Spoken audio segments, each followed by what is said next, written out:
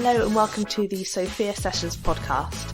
Today's guest is Kerry, a survivor of domestic abuse who has come on to bravely share her story. Kerry hopes this episode will raise awareness of the signs and ensure victims are aware of the support no matter what their situation. Kerry also wants to offer advice and guidance to friends and family on how they can help people who are experiencing domestic abuse. It's important that we do a quick trigger warning before we get started on the episode today. This episode does go into a lot of detail around physical and emotional abuse that may be extremely distressing for some listeners. If you are impacted by anything that you hear today, Kerry has recommended some great organisations which are going to be listed in the description below. Hello, Kerry. Hi. Nikki. Welcome to the Sophia Sessions podcast. Thanks very much. Thanks for creating these sort of safe spaces for people to be able to share their experiences. My pleasure. I'm really enjoying it. It's a lovely space to have and like to hear so many different stories and meet so many different people. And it's part of my job, which is amazing. Can you tell the listeners a little bit about who you are and what is your role within Sophia? So my name's Kerry and I'm the Nourish and Flourish Programme Manager and Nutritional Therapist for Sophia. Fantastic. And what is your chosen topic to discuss on the podcast today, and why is it so important for you to raise awareness of this? So my chosen topic is domestic abuse, and that's coming from a lived experience perspective. And the reason it's so important for me to really raise awareness is, first and foremost, I want people to understand that it can happen to anyone. It's regardless of your profession or your background or your age. It literally can happen to any of us. And secondly, I want more people to be able to recognise the signs, to just spot the signs and be able to enable people to be able to get help as early as possible. Fantastic.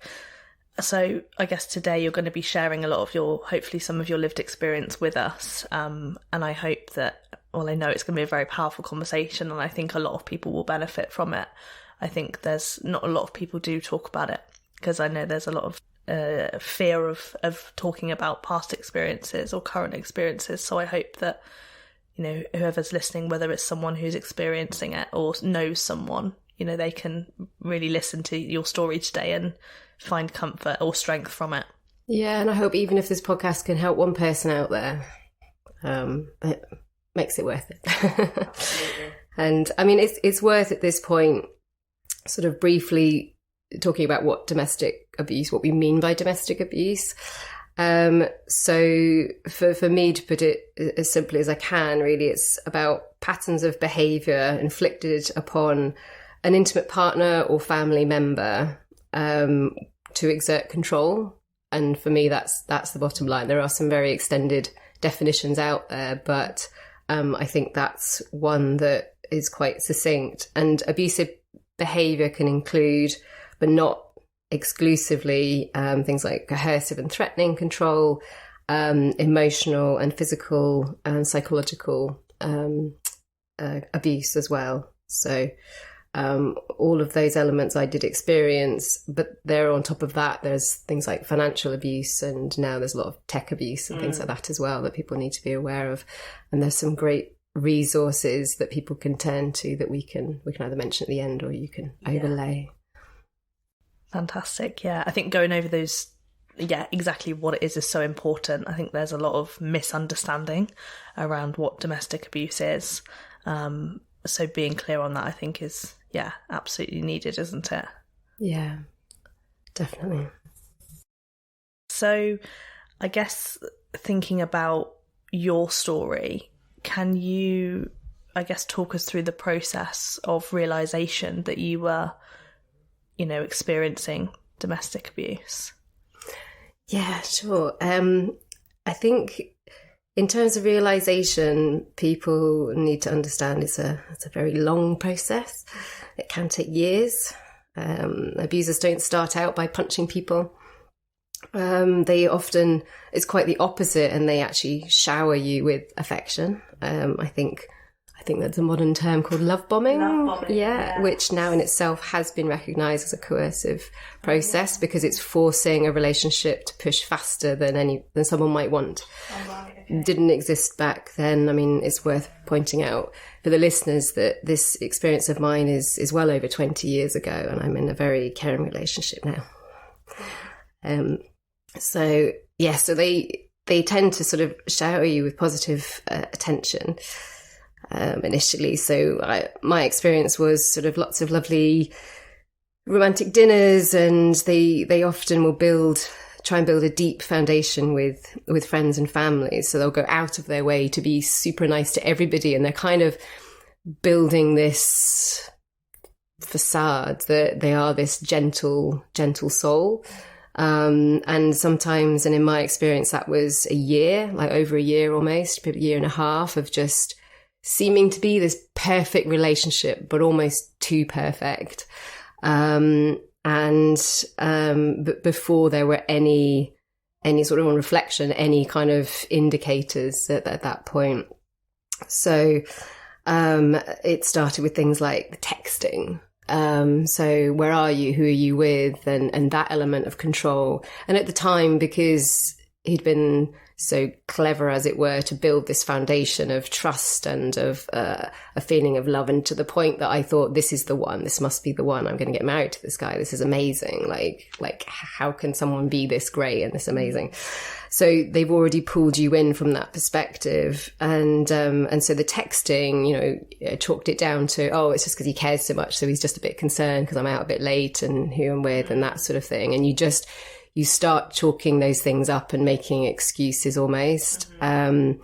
And so my genuine realization did not kick in until way later when, and in part that was due to denial and embarrassment, possibly, without, any true direct recognition. But I didn't, start realizing it until the red flags were literally right in front of my face, and it had more shifted and escalated to the threatening physical abuse of throwing and smashing and pushing and shoving and etc. So, so I think the process of realization is, I reiterate, is a very, very long one and can take years. And we'll come on to the conversation a bit later about maybe friends and families that people are concerned about. So what they need to think about and how they can support in that way. Because it's very difficult from someone from the outside, because they just think you need to leave, you've got to get out. Why won't they get out? And there's this, there's so many awful myths around domestic abuse, around, oh, well, if it was that serious, she would get out. And that's just sadly a misunderstanding of how deep they have their claws in them. And certainly that was the case for myself. Do you think that that's quite a common experience that people go through in regard to the realisation taking a really long time, because those facade behaviours are so entrenched, and obviously, like you've mentioned, there is a justification of those behaviours, and no, it possibly can't be that. He's so nice and he'd never do that to me, and he gets on with my family so well. Do you think that might be something that a lot of people experience as well? Yeah, definitely, 100%. And because they've spent so much time building this foundation of trust and of love and loyalty, that's where you start doubting yourself, and they start stripping down your confidence. So saying things, there are obviously references in my experience of, you're fat, you need to eat less, and you're going to become unattractive, you're just not deserving of anyone else. And it's just that long process of stripping down the confidence. And then, but you're reflecting back and going, but it was so amazing. It was so incredible. It must be me. I must have changed something. I must have done something. And of course, they're perpetuating that feeling in you because they want you to, it's victim blaming is effectively what it's called. And the bottom line is domestic abuse is never, ever the fault of the individual receiving that abuse. It's always the fault of the abuser, whatever they might say or try and influence in the way of your thinking. But I think the key element really is, for me, was certainly that element of shame and utter embarrassment. You know, my mum used to work for Women's Aid, and I couldn't share with any of my family. You know, I was part of one of their approaches is to isolate you as well. And as it turned out, we were actually geographically isolated. I was doing my PhD when the actual domestic abuse had started, and so I was in a croft in the countryside, and so there was like a geographical isolation as well as there's that sort of distance from family and with other friends as well. So and of course, because he'd built up this facade with other friends and such, like there was never any question mark. He's just such a nice guy, so friendly. Oh God, you're so lucky to be with him. Aren't you so lucky? And of course, you know, you're already, alarm bells are going off, just going, something's not right, but I can fix it. I'm gonna do this.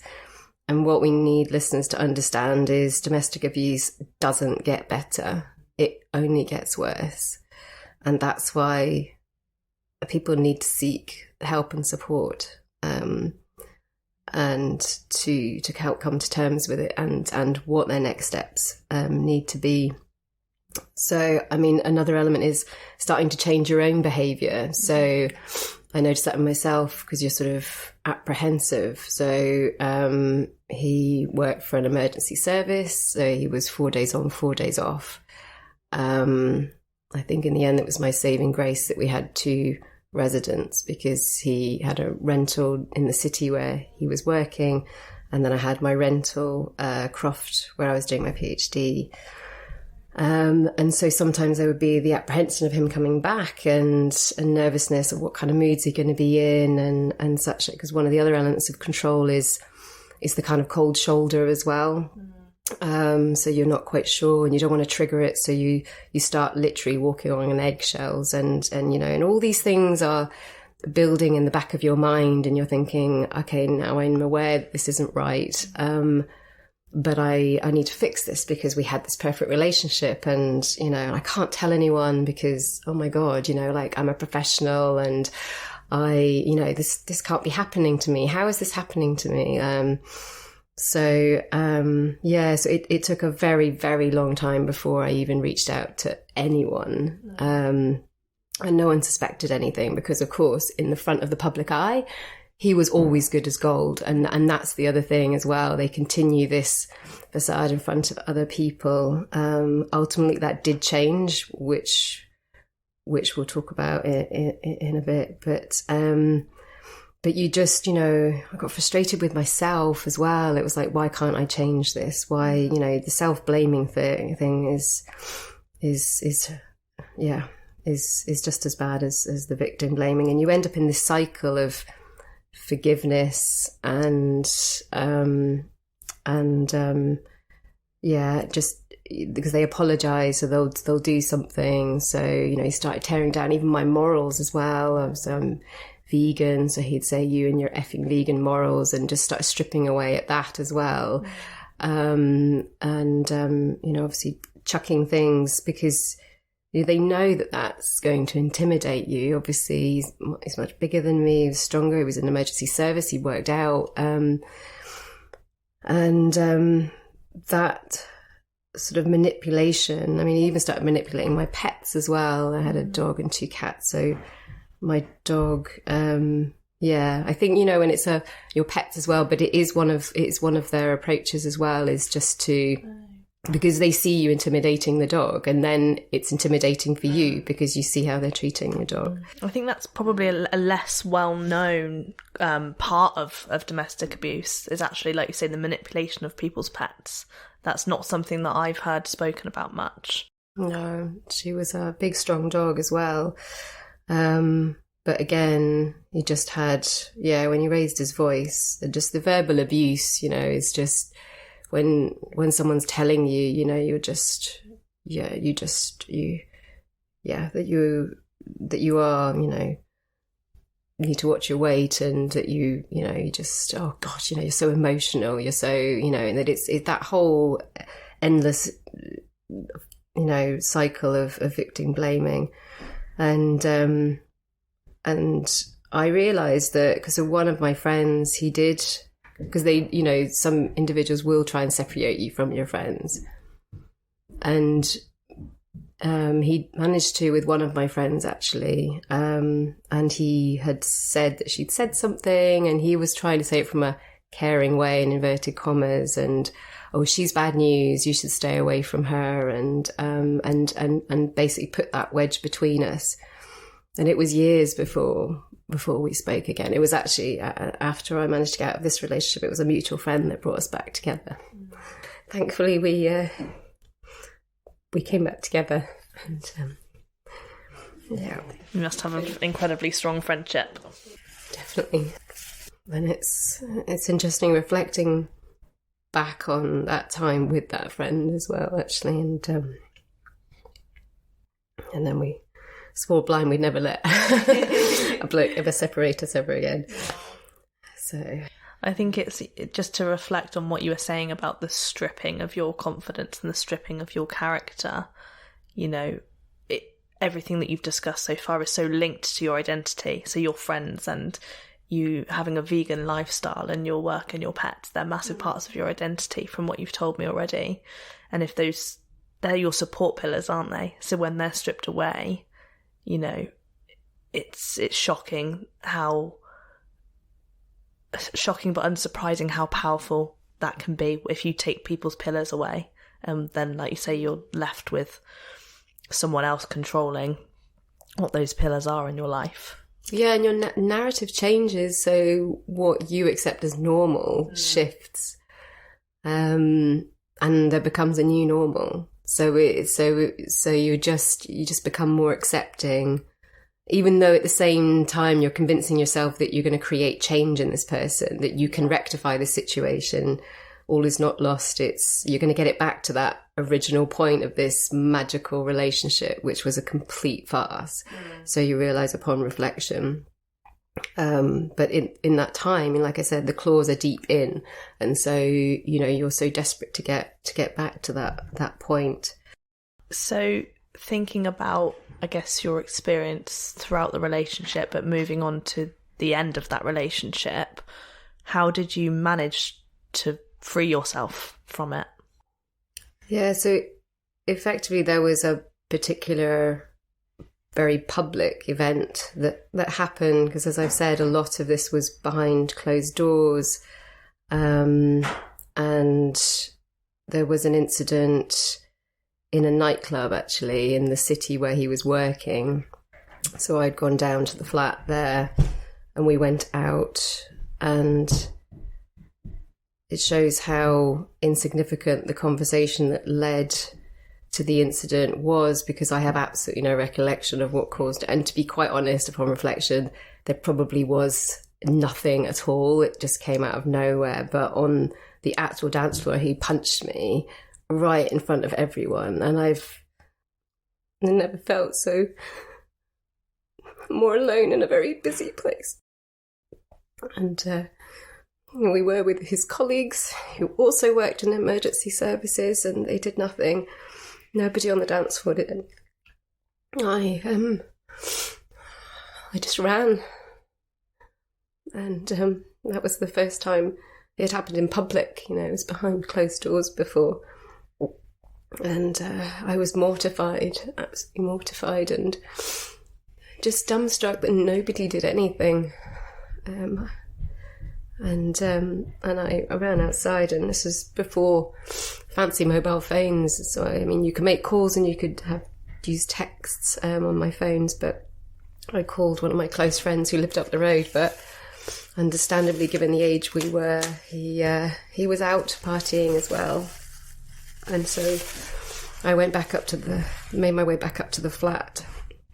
Actually, as a slight aside, this shows the vulnerability of women when you come out of a nightclub, because a guy approached me, seeing how upset I was as I was walking towards the flat.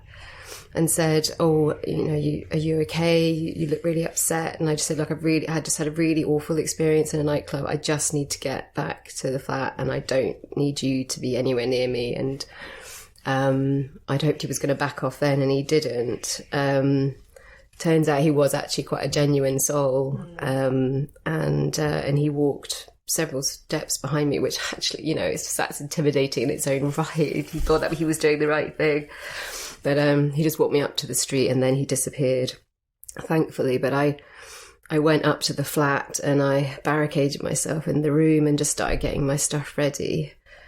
Obviously, I'd been drinking. I couldn't drive anywhere. My car was outside. I just wanted to get home to my croft. And I just, barricaded myself in and was just absolutely petrified.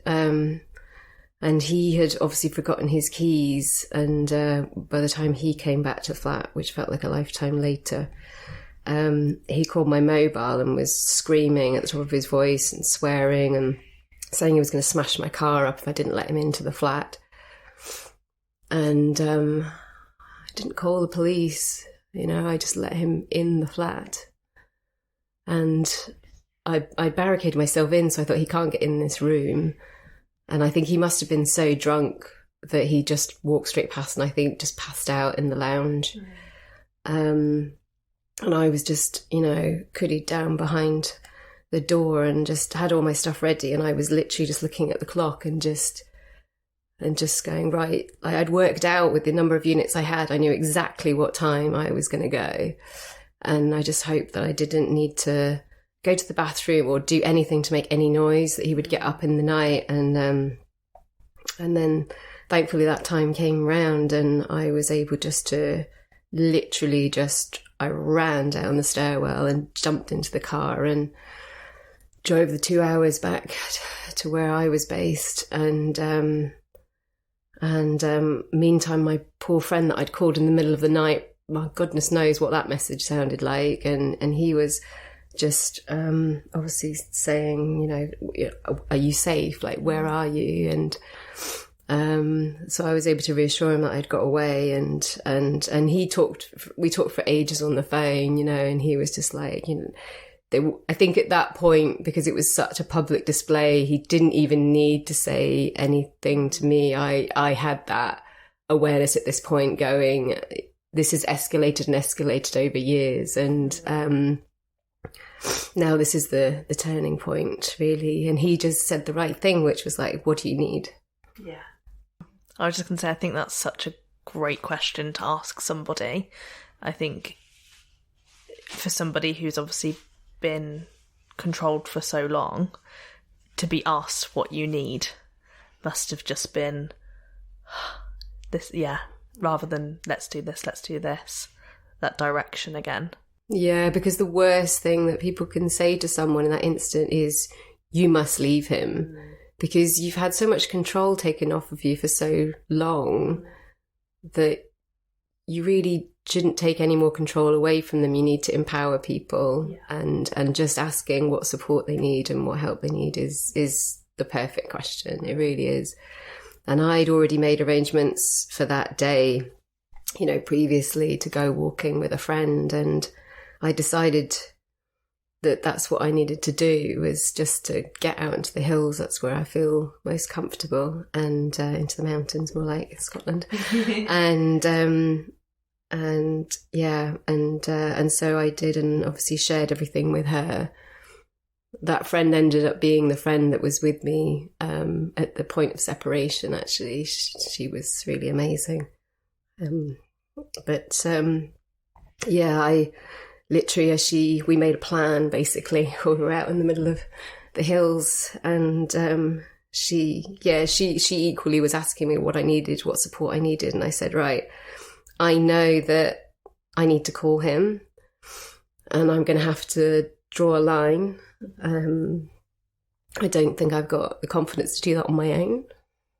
And asked her if she'd be with me. And thankfully she said yes. So she was incredible. Oh, she sounds like a great friend.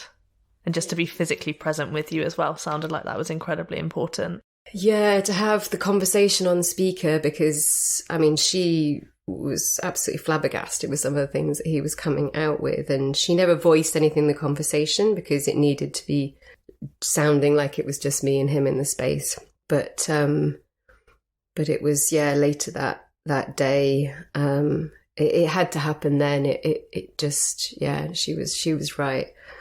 And so I said to him, that this is me drawing a line in the sand, and I'm not going to tolerate this anymore. And he said, "This is all your fault, and we were supposed to get married, and you've messed it up." And again, right to the bitter end, still trying to turn the tables. And and he basically said, you just. I mean, I think actually at inflection, I said to him, you need help. Yeah. I said, even now I'm telling you what you've done and how I feel and that I want to separate, you're still in utter denial of what you've done. If you can't take responsibility for what you've done and what you've put me through, you're definitely going to need professional help. And he just laughed. He just laughed. And it's just, when he said that, then that's right, he went on to say, "You've got a low tolerance." That's a quote I'll never forget. And my friend's face, she's obviously sat there listening and holding my hand. And she was just absolutely flabbergasted. She's just like, "I can't believe this guy really thinks this." And we just set a date. I just said, right, because I knew his timetable. And I was just like, "You need to come and get your things on this date. I'm not going to be here." I also got my flatmates to be, because I thought one of the last, I thought I was petrified he was going to steal my cat. So I thought that actually he's that controlling that he might try and do that as a last ditch attempt to kind of drag this out. So I asked two of my flatmates to be there. I remember him saying after me, "Oh, you look really sad, Kerry." I said, I like that, after everything he did, I was just like, that's part of who he is. That's part of what he does. He wants you all to feel sorry for him. He wants you to think that I'm literally making this up, that I'm being over emotional. I was like, these things happened. These physical things happened. And my mental health is just through the floor, and it's all because of him. So he came and he took all his stuff away. And then what followed, was in that instant, even though he'd removed his stuff, and like I said, I'm thankful that we had these two separate households, that I was surrounded by, the other flatmate moved on quite quickly, and I was surrounded by really close, supportive flatmates.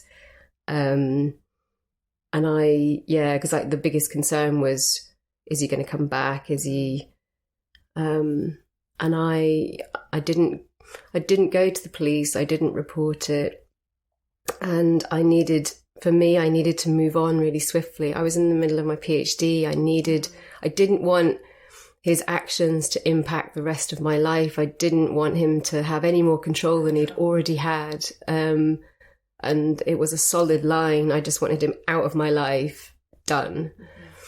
And his mum started calling me and saying, "Oh, you need to let him back, Kerry. You need to, he's realised his mistake." And she was calling me in the office, they're literally invading my space, and she didn't respect that at all. And I just said, "Look, what he's done over all this time," I said, "is unforgivable." And I said, "And I've drawn a line, and I am not backing down now." And that strength literally came from, my friends and network I had around me, to be honest. Without them, I wouldn't have been able to do it. I don't think. That's why I really understand, people that are completely and utterly isolated.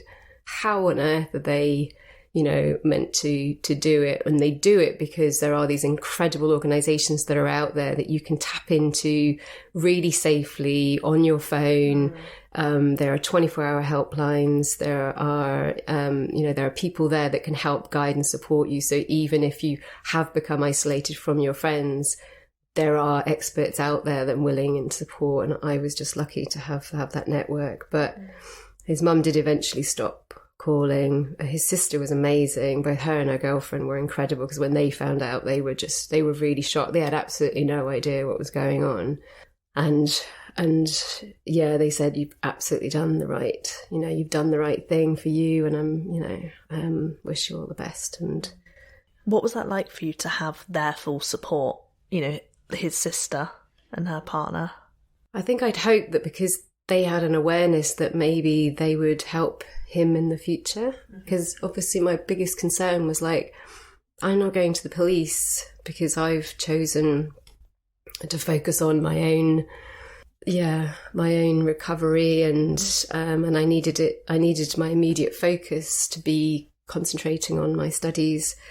But what about a future person? And I have reflected back upon that at times. I'd like to think that because they had an awareness that they would be more mindful and watchful as he maybe went into another relationship.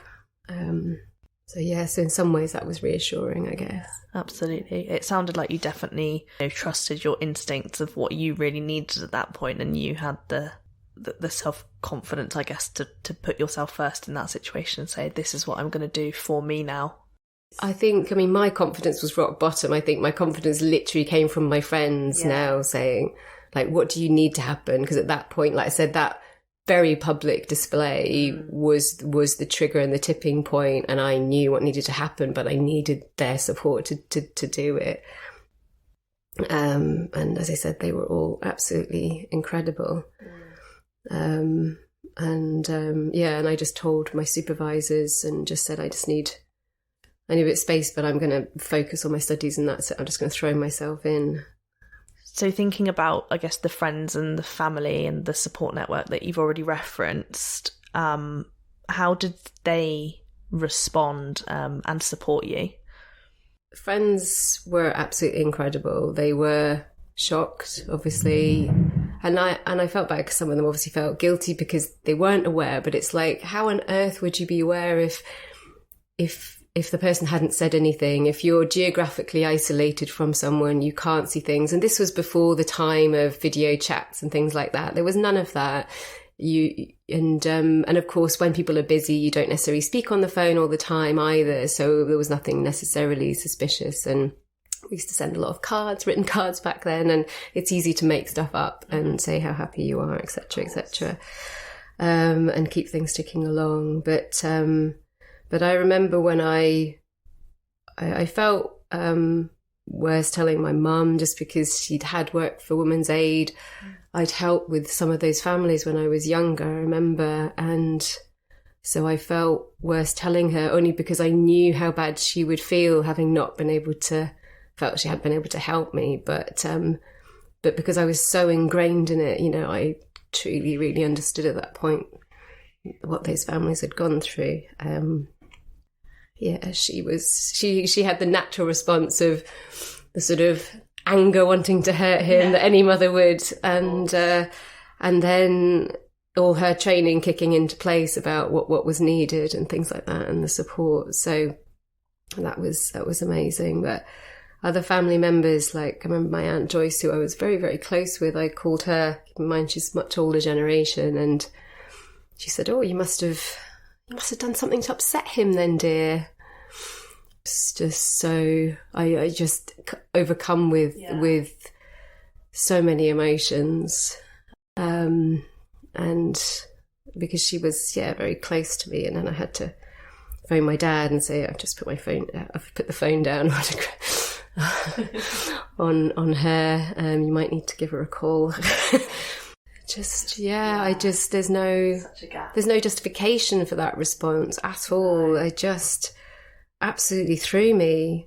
One of the people I really thought I could reach out to, and she would be, oh my goodness, how awful that's happened to you, just anything like that. Any sort of compassion, but the fact the instant response was, oh gosh, you must have done something to upset him. I was just absolutely mortified by that response. And I called my dad, and he was very non-responsive to the whole situation.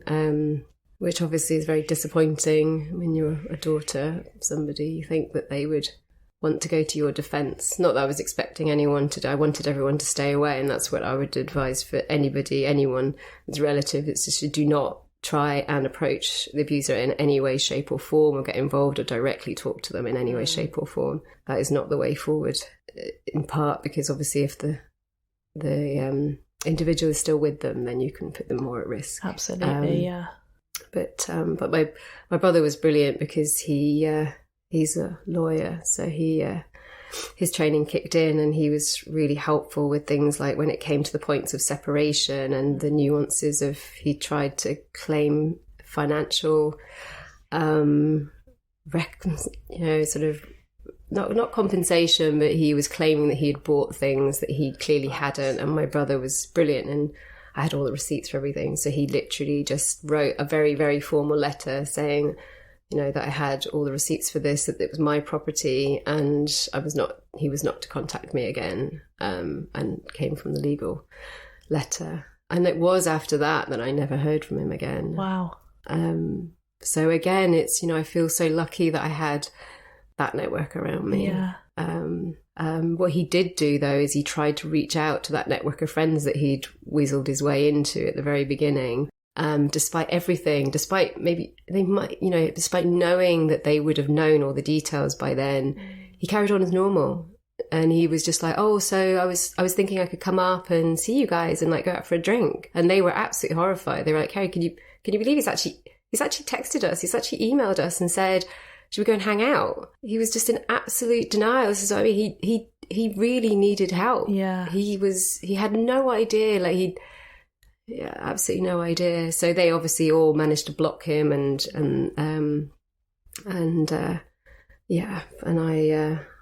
I was just very lucky that there was that initial feeling of what if he comes back up. But I think I had at one point, possibly on that last phone call, had said, if you come anywhere near me, I will report you to the police. Mm-hmm. Because he worked for an emergency service. Then he would have been very mindful if I did that. It would have severely impacted his career, potentially. Yeah. So for anybody listening who suspects a friend or a family member might be in a situation of domestic abuse, what can they do that would be most helpful and not harmful? Yeah, I think first and foremost, the key thing to say is if you think they are in imminent danger, is you need to contact the emergency services, or that, just to put that out there. But if you don't think they're in immediate danger, then the key thing is to be patient. Because I said, it's, for me, it took a number of years before there was that real realization and awareness and acceptance of what was going on. So you need to give them time and patient, be patient.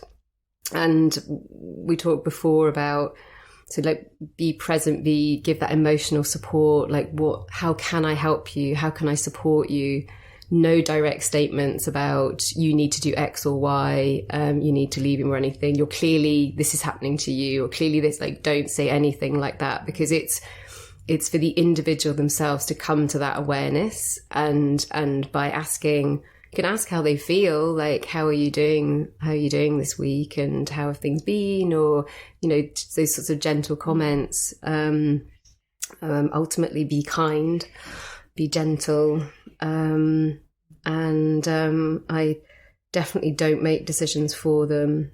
So I know that some people would feel super protective and want to just pack a bag for them and go, right, we're going right now. And obviously if you think someone again is in immediate danger, then absolutely I'd understand why you would want to do that. And also you need to be careful about when you're having conversations with them or when you're messaging them, make sure that that you're not leaving obviously phone messages where the abuser could potentially hear, or even text messages. You need to have their permission to be able to send them text messages, because they could be scanning their phones, potentially. And I guess not to mention the abuser on text message, right? Yeah, exactly. Because I remember at one point, so we were in the house, we had our own house, we were in two different houses. We were on our own initially, and then it was at a latter point that we got flatmates in the cottage where I was doing my PhD. And like one of my flatmates, one time when he threw me out of the room, and she happened to be literally, she could heard the commotion obviously, and I don't think he realised she was in the actual house. And she caught me, and then she just completely let rip at him and put herself in danger, which you must never, don't ever do that. And he was literally leaving for work. And of course, he was away for 4 days. And that was an example where, I mean, I know she was like a really strong, passionate individual. She was incredible and a really good strength as well. But they moved on quite quickly. She was, a lot of that particular flatmate had to go back to the country. It was a short-term placement. And but yeah, that he ended up giving me the cold shoulder for that whole period, and then beyond, almost a couple of weeks really. And then your anxiety just rises and rises and rises, because you're just like, what's this going to trigger? And this is my fault. So by her trying to do something helpful, actually it had implications for me for the weeks to come. And one thing I would want people to be aware is that there is such a thing called Clare's Law, which is a domestic violence disclosure scheme. And it's effectively the right to ask and the right to know. So if you suspect that someone is in an abusive relationship as a relative or even a friend of a relative, or the individual themselves, if you are concerned, you can go to your local police and you can ask if they have any record of domestic violence, and it can be disclosed. So obviously it's not like a full DBS or anything like that. You won't be aware of any other, they won't share any other crimes, but it was labelled after Claire Wood, who was sadly lost her life.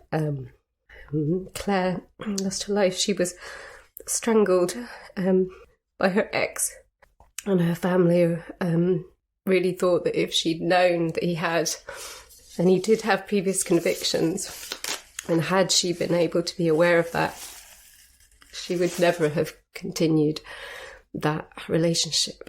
And so they managed to get this placed into law, which is quite incredible. It's incredible. It's incredibly sad that Claire had to lose her life for that to happen.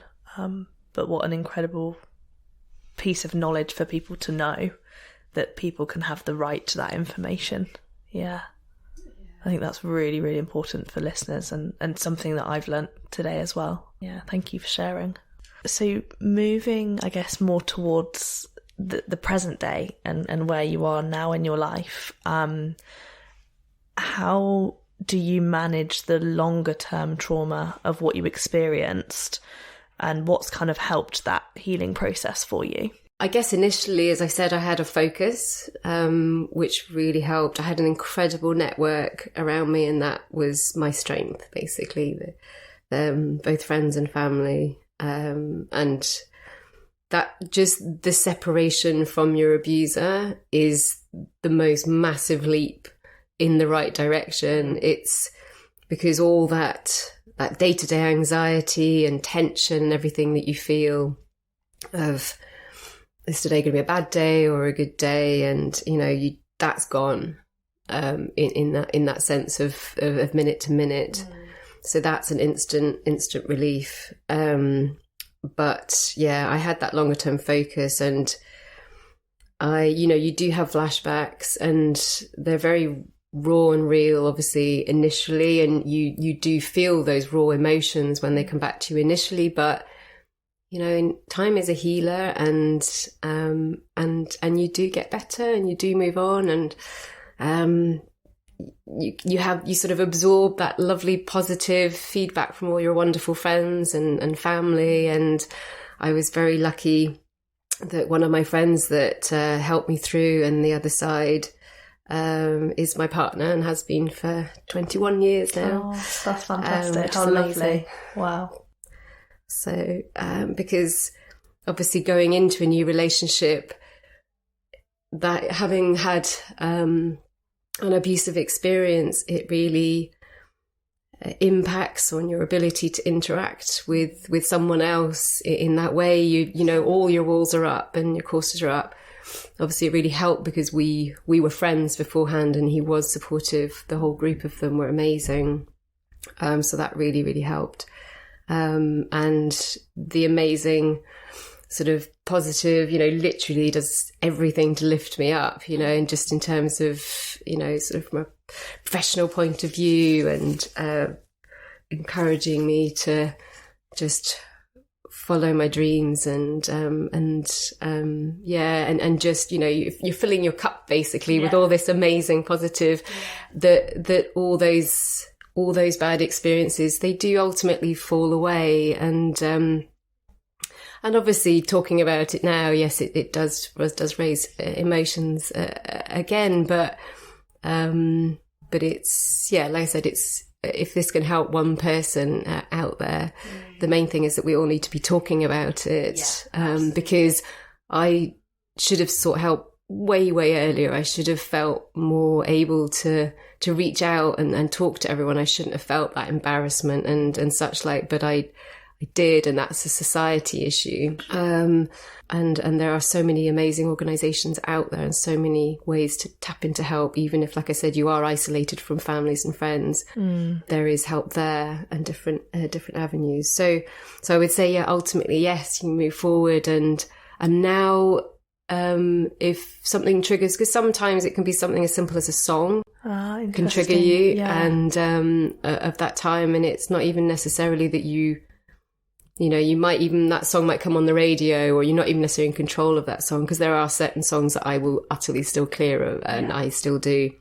And I've never been back to that city either, which is really sad, because I had lots of positive experience, but this year, actually, interestingly, I plan to go back.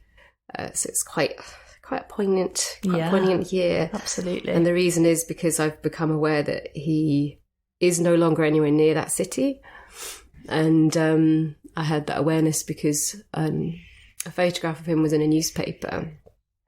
And that was interesting, reacting to that. I was with a friend when I saw it, and I think she saw my face, because there was still that kind of, especially to see a photograph, because obviously I destroyed all the photographs I had of him. And but it was interesting, but through that photograph I could see the area that he was then stationed, so I knew for the first time ever in all these years, I knew that he wasn't in the area. So I would really like to go back to that city and create new memories, different memories. I can imagine that in itself will be quite healing for you, to be able to go back and like you say, possibly work through that fear when you initially get to the city, but actually then be able to create lovely new memories, you know. I think the plan is I'm going to go back, particularly the friend that I was separated from. We talked about meeting there as a poignant kind of thing, and some other friends that were around at that time as well. That'd be incredibly powerful and special, I can imagine. Definitely. But so it's just, you know, time is a healer, and you can refill your cup. And I now, when things pop into my head, I reflect on the fact that I did survive, and that all that I've achieved and how far I've come, and I try to help others in similar circumstances.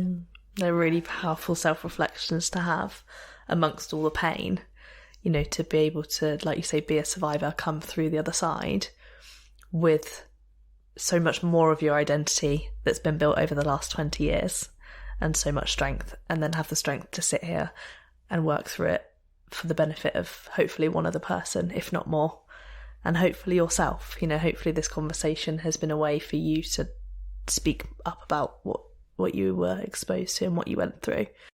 Yeah, definitely. I've never done anything like this before. Like, I've reassured, like, friends have said, "Oh, I've got a friend that is in this situation, Kerry. I know you've got this past experience. Can you just have a direct conversation with her? Because obviously you'll be able to connect and understand." And I've supported in that way, but I've never sort of really done anything like this. Yeah. So thank you for the the opportunity to do that. Thank you so much. Just before we finish up the episode today, would you mind sharing a couple of organisations that perhaps you've come across that you know are really useful for people who are survivors of domestic abuse, or in fact in that situation currently? Yeah, absolutely. So I would say for people, you can go onto the victim support website, so victimsupport.org.uk. They do have a 24-hour helpline. If someone doesn't feel that they're able to make a call, they can do the live chat, which again is 24/7. And they will link people up with the local service providers. And there's also Women's Aid as well, women'said.org.uk, and then National Domestic Abuse Helpline .org.uk as well. All of these organisations are absolutely amazing and incredible. And there are some really great YouTube videos as well. I would direct particularly people that are friends and families, and you're just sort of thinking, I'm not sure if what I'm witnessing is domestic abuse, but domesticabuseservices.org.uk, they've got they're based down in Kent actually, and they've done some really great videos just running through the different key signs to look for, some of which obviously we've touched upon today, but there are so many more sadly now, and so do go. There's some really great videos, and I follow those guidances. There's just a lot of amazing professionals out there that can help you. You're not alone. Well, I guess to the listeners, I can put the videos in the chat, the description, the YouTube videos, and I can also link the organisations, and hopefully, I think just for educational purposes, it's really useful to have knowledge around the signs, but also know where to go for help, whether you're a friend, family, teacher, girlfriend, boyfriend, whatever. Just knowing where that information can be accessed, I think, is so important in overcoming that barrier of having to deal with it alone. 100%. And I think it's, really valuable at this point to point out, 1 in 4 women will experience domestic abuse at some point during their lifetime. And 1 in 6 men will also experience domestic abuse at some point in their lifetime, which is just really quite horrifying statistics. Appalling figures, yeah. Every 30 seconds there's a phone call to the police regarding a domestic incident. So this is very real, and it's all of our business. We all need to have our eyes open and be aware and support people as much as we can. So I hope people will pass on this information and help as many people as we possibly can. Absolutely.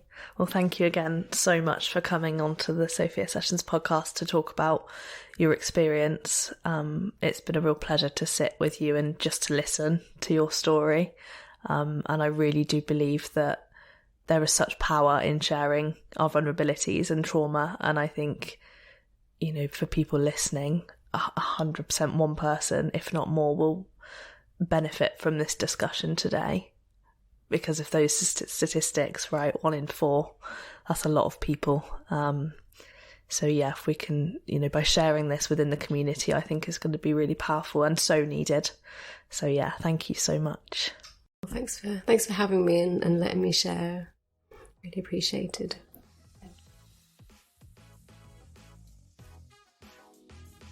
A massive thank you to Kerry for coming on and so openly and bravely sharing her story and her experiences with us today. Just a reminder that if you are impacted by anything that you heard in the episode, there are some really great organisations in the description below where you can access support and guidance, whether you are a victim of domestic abuse or a friend and family who is looking to help someone that you care for.